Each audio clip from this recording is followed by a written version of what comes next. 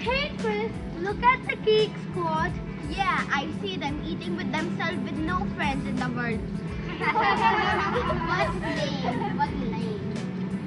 Hey nerds, what you doing? Oh, hey, wait. Just eating lunch and chilling. What's up? Nothing, just checking it. You saw. Oh, thanks. I got them from Hey nerd, no one cares from where you have got these stupid socks. Those are just cool for nerds. I wouldn't buy those.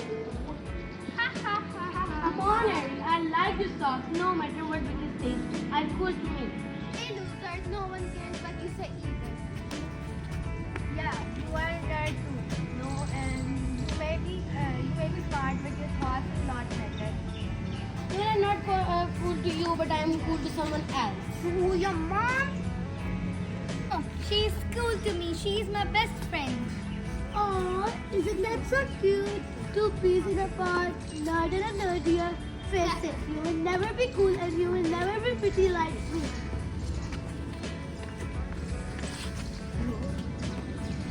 Harmony, you think you are pretty.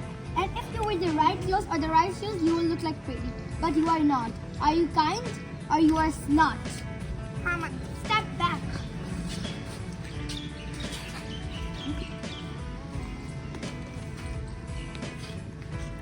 I not. I want to be a goody shoes, but you are lovely not. Stop, these are my friends and you don't know what are you talking about. So please step back.